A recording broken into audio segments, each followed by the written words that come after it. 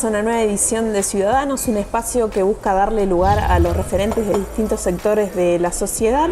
Y en el día de hoy vamos a estar dialogando con un dirigente gremial de la industria láctea. ¿Es así, Oscar? Muy buenas noches. Así es, Barbie. ¿Cómo te va? Muy buenas noches. Un placer enorme de saludarlos. Y ya vamos a presentar al invitado agradeciendo a la familia Sacia de 356 que nos permite este maravilloso ámbito para poder charlar con estos invitados. Se trata de, como vos marcabas, un referente del gremialismo a nivel nacional, y tenemos la suerte porque en algún momento Rafaela y toda la zona se constituyó en la cuenca láctea más importante de América Latina.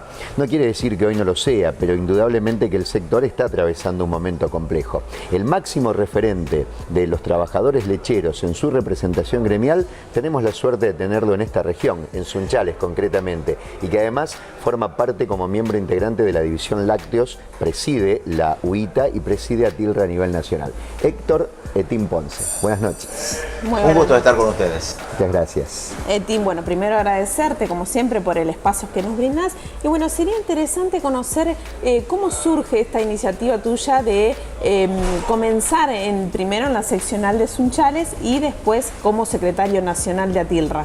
Es un movimiento que nació hace unos años desde el interior del país. La Secretaría General de la organización siempre fue puesta desde Capital Federal y teníamos muy poca participación los trabajadores y los dirigentes del interior del país. Así que hace unos cuantos años, conjuntamente con otros compañeros trabajadores, activistas y directivos de base del interior del país, nos propusimos modificar la tónica que tenía la organización sindical. Veníamos trabajando firmamos un contrato social de palabra con los trabajadores. La organización estaba atravesando una situación muy delicada, muy complicada. Los salarios eran paupérrimos, eran de lo peor que había en el país, entonces nosotros tomamos la decisión de trabajar para recuperar la organización sindical. Así que nos hemos puesto en esa tarea, ganamos las elecciones. Nosotros tenemos elecciones directas a través del voto secreto de todos los trabajadores lecheros, así que eso no nos permite descansar porque cada 4 años tenemos que poner lo que estamos haciendo a consideración de los trabajadores que deciden si continuamos o hay otra dirigencia que pueda representar mejor sus intereses. A partir, Etín, de que usted asume la conducción del gremio de los trabajadores lecheros, como bien marcaba, genera toda una revolución en beneficio del trabajador, que no fue menos sencilla y que presentó en algunos casos cierta resistencia, especialmente en Rosario, ¿no? Sí, hubo resistencia como acontece en todo este tipo de movimiento. En principio porque lo que había que recuperar era la organización sindical. Por ahí muchas veces, y esto no es algo que tenga que ver únicamente con nuestra organización sindical, sino con los trabajadores en general, se quejaban de los salarios y fundamentalmente que no tenían prestaciones médico-asistenciales. Nosotros teníamos una deuda de característica muy importante. Teníamos más de $7 millones de deuda, producto de un déficit mensual de más de $200.000 por mes. Entonces la gente lo que pedía era que solucionemos el problema de la obra social.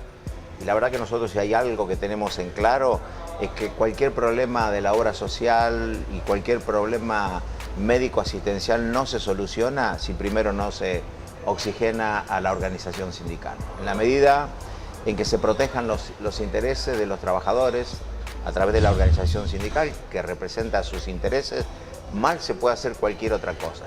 Y los trabajadores lo que tienen que tener en cuenta que los dirigentes, por más conocimiento que tenga desde el punto de vista intelectual, no pueden hacer absolutamente nada si no cuentan con los trabajadores y un movimiento que respalde a la dirigencia. ¿Qué es lo que nosotros en su momento nos propusimos? Sembramos conciencia solidaria colectiva entre nuestra membresía.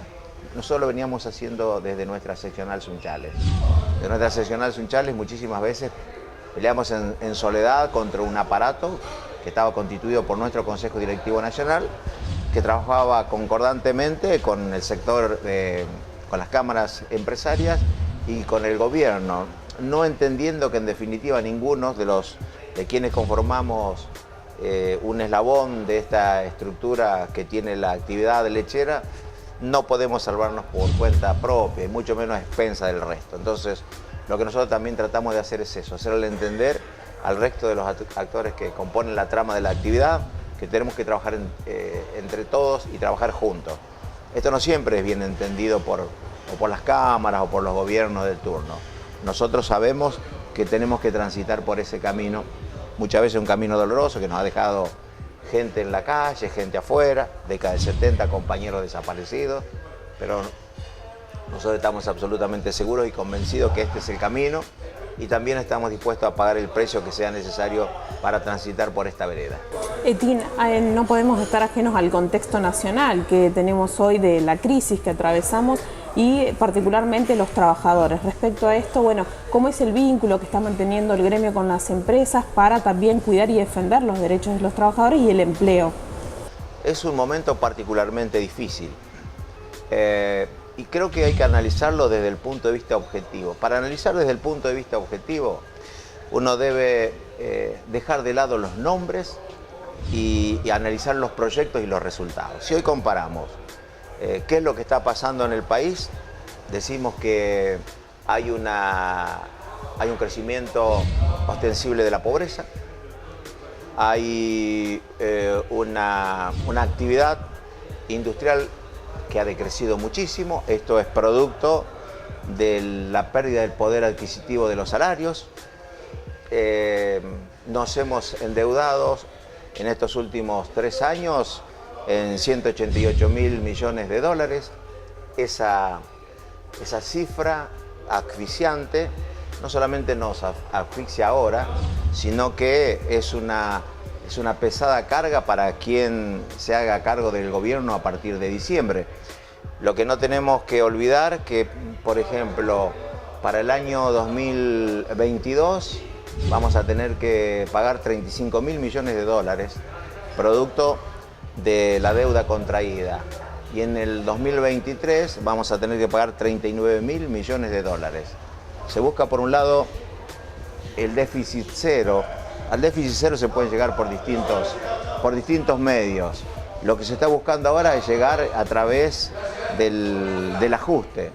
Si hay ajuste, hay achicamiento del aparato productivo. Si hay achicamiento del aparato productivo, hay menos recaudación. Consecuentemente, ¿con qué se pagaría para llegar, digamos, a un déficit fiscal cero? Con el hambre de la gente. Y esto, por eso digo que no, sin poner sobre la mesa los nombres, lo que hay que poner sobre la mesa es qué es lo que nos está pasando. Teníamos una inflación en el 2015 de un 25%, que era uno de los talones de Aquiles precisamente que tuvo el gobierno anterior, porque convengamos que una inflación interanual del 25% es una inflación de características muy importantes. El actual gobierno llegó con la promesa de cambiar este índice rápidamente. Hoy tenemos una inflación interanual del 55%. Esto deteriora la calidad de vida de la gente a partir de la disminución del poder adquisitivo. Hemos tenido también sucesivas devaluaciones que ha generado precisamente más pérdida del poder adquisitivo, una apreciación de la moneda estadounidense con una depreciación del peso, que el peso es lo que el común de la gente utiliza para comprar todas sus cosas. Entonces todo esto ha traído aparejado un problema de características muy importantes que no está solucionado ni mucho menos en este momento, y bueno, va a dejar una carga de características muy, muy importante para quien se haga cargo en el próximo periodo. La empresa Sancor, por ahí, que es una empresa muy reconocida a nivel país y en la región, ¿ese tema cómo se encuentra hoy? La empresa Sancor ha venido teniendo y acumulando distintos problemas desde hace muchos años a esta parte. Ha tenido problemas económicos, primero ha tenido problemas financieros. Esos problemas financieros se han transformado en problemas económicos, esos problemas financieros y económicos se han transformado en inconvenientes de tipo comercial, lo que ha traído, digamos, como consecuencia un estado de situación crítico. Ha tenido 14 plantas funcionando. 14 plantas pudieron haber funcionado muchos años atrás, pero uno ve lo que pasa no solamente en el ámbito de nuestro país, sino a nivel global, como todas las empresas grandes, fundamentalmente las multinacionales, están achicando sus estructuras edilicias y funcionando en la menor cantidad de estructuras edilicias posible. Bueno, en el caso de Sancor esto lo afectó enormemente, al tener 14 plantas diseminadas a lo largo y a lo ancho del país, por cuestiones políticas en su momento, porque esto también hay que ser claro y sincero y decirlo, en su momento cada zona comarcal donde estaban los distintos directores trataba, por una cuestión política, de llevar una unidad de negocio a su zona comarcal, lo que la convirtió, digamos, a Sancor en una estructura demasiado pesada. Más otras cuestiones que tienen que ver con la gestión propia en este caso de la cooperativa. ¿Hubo una mala administración para usted? Han cometido... A ver, yo mal podría desnudar en este momento cosas que particularmente se los he dicho al Consejo de Administración en su momento y ya hace muchos años. Yo tengo la absoluta seguridad que la gestión pudo haber sido muchísimo mejor. Pero bueno, yo no me puedo poner a juzgar la actuación que le cabe en este caso al Consejo de Administración de la cooperativa, porque no es solamente un Consejo de Administración, sino que es la suma de muchos errores a partir de muchos años. Entonces, muchos de esos errores nosotros en su momento lo hemos hecho público. En aquel momento tuvimos críticas desde todos los sectores, porque nos decían que teníamos que ocuparnos de nuestra organización, ni nada teníamos que opinar respecto de la gestión que se llevaba a cabo en la cooperativa, pero nosotros lo hacíamos, nunca lo hacemos con el objeto y la finalidad de criticar para destruir, si no lo haríamos en este momento. Lo hacíamos con el objetivo de que se modifique el rumbo, se tomen otro tipo de decisiones para que no lleguemos al estado de situación que lamentablemente la cooperativa llegó. Las políticas económicas del gobierno nacional afectan y atentan directamente contra el trabajador y seguramente también contra el trabajador lácteo. Usted se abocó a generar en su gestión obras importantes en Sunchales, que prácticamente lo asemejan con la gestión que podría llegar a tener cualquier intendente de cualquier ciudad o cualquier gobernante de una provincia. Esto indudablemente le molesta al gobierno central, le molestó al gobierno central, que atacó a los gremialistas a través de la justicia. Bueno, usted fue víctima de eso también, ¿no? Sí, yo he sufrido, digamos, una persecución de la justicia por casi 2 años. Porque fui, digamos... Perdón, ¿eso es una manera de acallarlo o también es pagar el precio de haber acompañado al gobierno anterior, por ejemplo? No, yo quiero aclarar lo siguiente. En realidad nosotros, para muchas políticas, a lo mejor neoliberales, somos un mal ejemplo. ¿Por qué somos un mal ejemplo? Porque tenemos trabajadores con salarios dignos. No son salarios que estén por encima de lo que tendría que estar ganando un trabajador. Todos los trabajadores debieran estar ganando como mínimo lo que gana un trabajador de la industria lechera. Entonces, para este tipo de concepción filosófica de lo que es el salario para un trabajador y lo que es el trabajador dentro del contexto de la sociedad, nosotros somos un mal ejemplo. Y siempre los malos ejemplos se lo toman a partir de quién es la figura de esa organización. En este caso, del secretario general. Yo sé los riesgos que corro, lo supe siempre, hace yo de la década del 90 y del 70, que uno sabe, digamos, los riesgos que corre, y uno tiene que saber si está dispuesto a correrlos o no. Transitar por una determinada vereda en la vida implica tomar riesgos. Esto es así. Por eso nuestra organización tiene los salarios que tiene la estructura que tiene, es porque hemos estado dispuestos a correr los riesgos necesarios.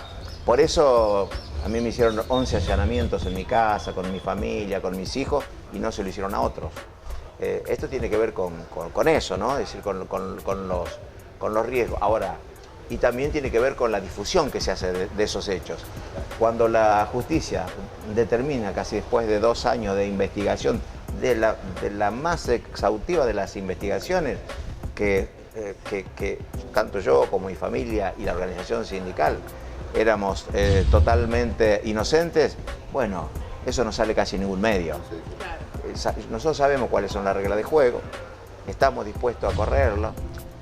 Hace poco tiempo atrás, en una nota también que me hicieron, me preguntaban por qué de repente un determinado poder se encuentra, por ejemplo, dentro del secretario general y no dentro de otros secretarios generales, dentro del ámbito de la organización a nivel nacional. Yo le decía, bueno, porque no todos estamos dispuestos a correr esos riesgos. Entonces, si todos estaríamos dispuestos, o si muchos estaríamos dispuestos a correr estos riesgos, seguramente el poderío en la defensa de los trabajadores sería otro. Pero no todos están dispuestos a correr este riesgo, no todos estamos dispuestos a correr este riesgo. Uno elige y sabe que esto implica de alguna manera y más que nada en ciudades como las nuestras, ¿no? Como la de Sunchales, como la de Rafaela, ciudades de clase media altas, donde enseguida se hacen eco de lo que, por ejemplo, proviene desde Buenos Aires. En Buenos Aires tal vez hay un comunicador social que no conoce a una vaca y por la noche dice que la vaca tiene 5 patas y vas a encontrar al otro día que eso se replica en nuestra ciudad. Capaz que vos te encontrás con un compañero y dices, pero ¿viste que la vaca tiene 5 patas? Hasta ese nivel de culturización hemos llegado en el interior del país. Creernos todo lo que nos dicen, y aquellos pueblos que piensan con cabeza ajena siempre tienen el problema de elegir pastores que los lleven por mal camino.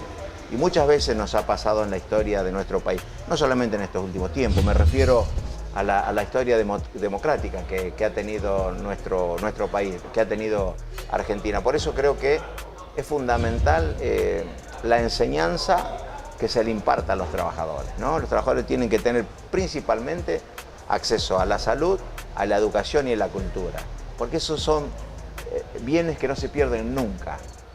Hay que trabajar muchísimo sobre eso, y no solamente sobre cuestiones coyunturales, no solamente sobre el salario, porque uno puede tener recursos económicos muy importantes y desde el punto de vista educativo, desde el punto de vista cultural, desde el punto de vista de la sabiduría, que nada tiene que ver con la instrucción, ser objeto de gobiernos de turno, y es lo que nosotros tratamos de hacer.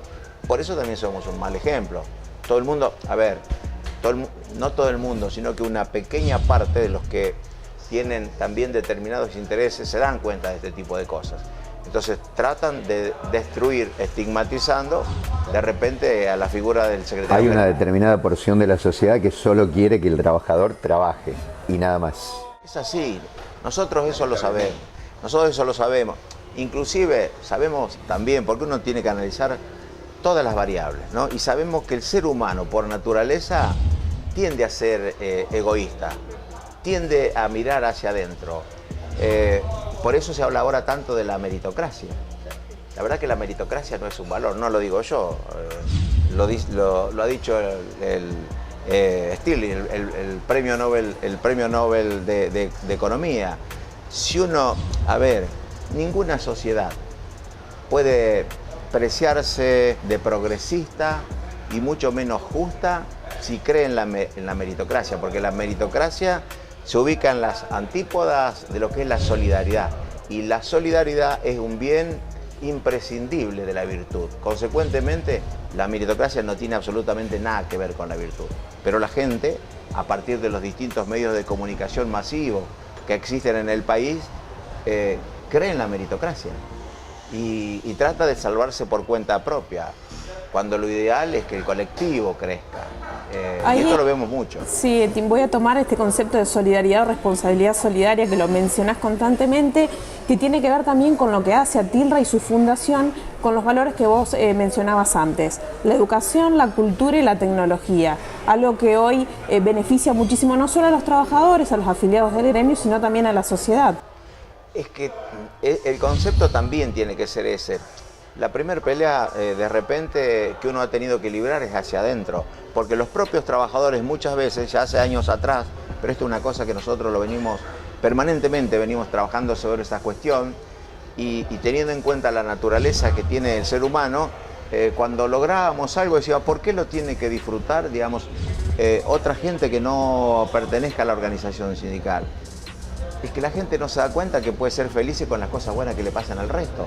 Nosotros lo que tratamos de hacer, digamos, cuando decimos ser solidario, pensamos en esto. ¿Por qué si nosotros podemos hacer cosas por la gente en general y que también beneficien a los trabajadores y su grupo familiar, por qué no hacerlo? Creo que hay que trabajar muchísimo en esto, para cambiar el concepto que tiene la sociedad, para cambiar el concepto que tiene el trabajador y fundamentalmente también para cambiar el concepto que se generan, repito, desde los grandes medios de difusión hacia las organizaciones sindicales. Porque cuando se habla de organizaciones sindicales pareciera que se habla de los dirigentes sindicales. Y las organizaciones sindicales, el sindicato, son los trabajadores. Totalmente. Una breve síntesis de su participación en la UITA, en ese rol tan importante, en esta experiencia reciente en los Estados Unidos, pero además donde Sunchales también fue anfitriona y fue sede no hace mucho tiempo atrás de estos encuentros que periódicamente realizan.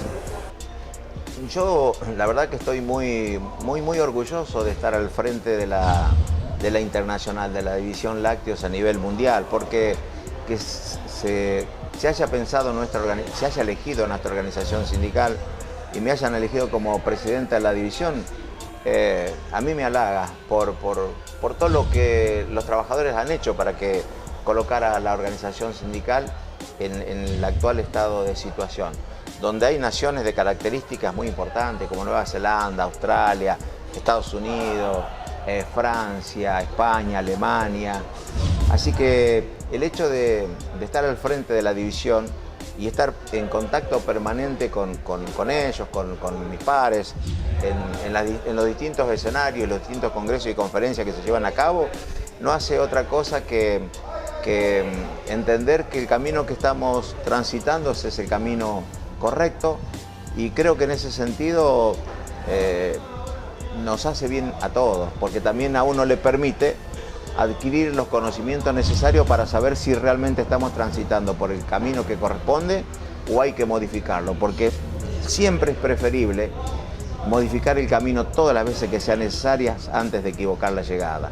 Y eso es lo que nosotros hacemos permanentemente. Es decir, lo primero que tenemos que tener es la suficiente humildad para saber que los seres humanos servimos para muy poquitas cosas. Entonces nos tenemos que rodear de gente que nos ayude y escucharlos a los efectos de cometer la menor cantidad de errores posible. Entonces de eso se trata esta actividad también. Uno tiene que adquirir conocimiento de todo tipo para que los trabajadores se sientan orgullosos de la representación sindical que tienen. Y eso es lo que nosotros sabemos que tenemos de parte de nuestros trabajadores. Nuestros trabajadores se sienten orgullosos de la representación sindical que tienen, pero para eso también nosotros trabajamos los 365 días del año. Tratamos de superarnos, tratamos de encontrar alternativas y también propuestas, porque el mundo está lleno por ahí de protestas, pero creo que lo que hace falta son propuestas, que muchas veces es lo que nosotros llevamos a estos eventos a nivel internacional. Bueno, y esto es importante, como usted decía, la representación de Argentina afuera, en el exterior, y también es importante conocer cuál es la mirada que tienen los países extranjeros sobre la actividad sindical aquí en Argentina. Es lo que el resto del movimiento obrero mundial envidia de Argentina. Es este sistema que se quiere romper, y por algo se lo quiere romper. Se lo quiere romper, a ver, que los trabajadores saquen esta simple conclusión. Si no tuviésemos un sistema como el que nosotros tenemos en Argentina, un sistema sindical, seguramente yo no sería presidente de esta división que tiene a lo largo del mundo tantas representaciones de muchísima jerarquía. El país se encamina a las elecciones de octubre y a un cambio de gobierno a partir de diciembre. Los trabajadores en general siempre han tenido una importancia preponderante a la hora de ir a votar. ¿Cuál es la mirada de Etín Ponce respecto, por ejemplo, de la candidatura de Alberto Fernández? La candidatura de Alberto Fernández creo que tiene que ver con el paso, por decirlo de alguna manera, con el paso al costado que dio la expresidenta Cristina Fernández de Kirchner. Se le pedía que de alguna manera generase un espacio de esta característica. Lo hizo.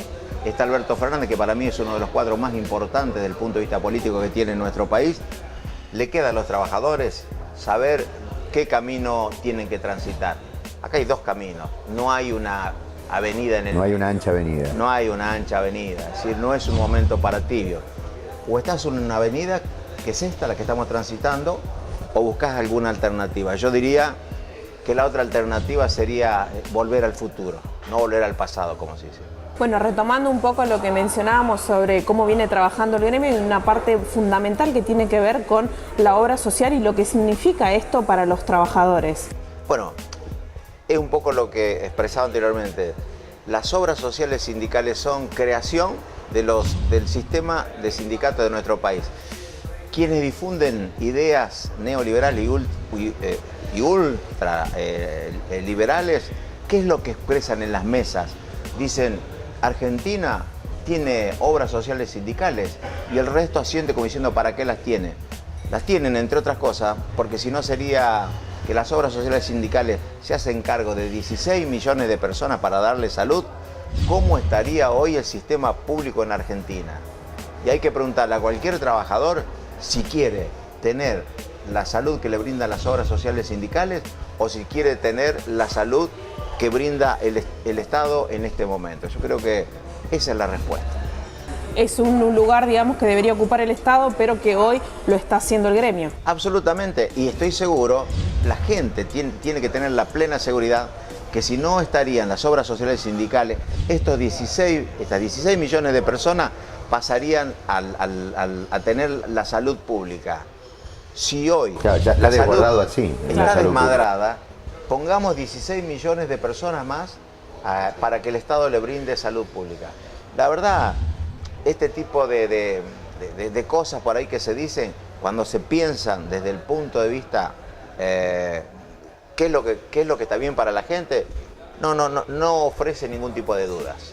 Bueno, Etín, muchísimas gracias por este tiempo que nos brindas. Sabemos que en estos tiempos complejos te demandan en todos lados, así que nuevamente agradecerte. No, a ustedes, por favor. Muchas gracias, muy amable, ¿eh? Bueno, Oscar, como lo mencionábamos, una entrevista con muy interesante. Etín Ponce. Así es, hablamos de todos los temas que involucran a la industria láctea del país, así que muy fructífera la charla.